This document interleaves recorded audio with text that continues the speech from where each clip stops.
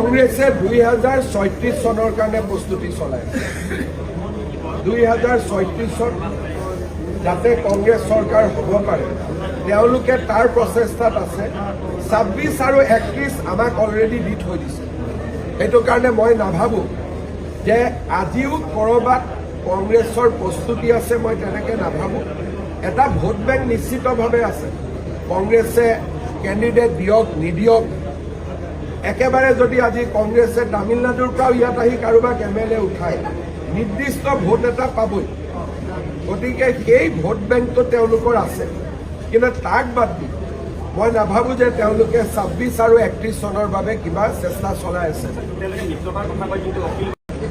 Assam BJP বা আমাৰ ৰাজ্যিক বিজেপিৰ ইতিহাসত এইটো প্ৰথম হ'ব যে প্ৰথমবাৰলৈ ভাৰতৰ প্ৰধানমন্ত্ৰী আমাৰ কাৰ্যালয়লৈ আহিব।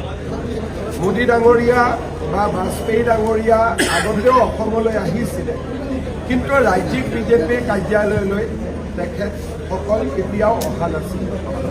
এইবাৰ আমাৰ বাবে এটা পৰম সৌভাগ্য যে মোদী ডাঙৰীয়া নিজে আমাৰ ৰাজ্যিক বিজেপিৰ কাৰ্যালয়লৈ আহিব। স্বাভাৱিকভাৱে ই আমাৰ বাবে এটা অত্যন্ত আনন্দৰ দিন হ'ব। আৰু কাৰ্যালয়লৈ আহোঁতে এটা 1 কিলোমিটাৰ আমি তেখেতৰ সন্মানাৰ্থে আমাৰ কাৰ্যকৰ্তাসকলে ৰোড শ্ব'ৰো আয়োজন কৰিছে।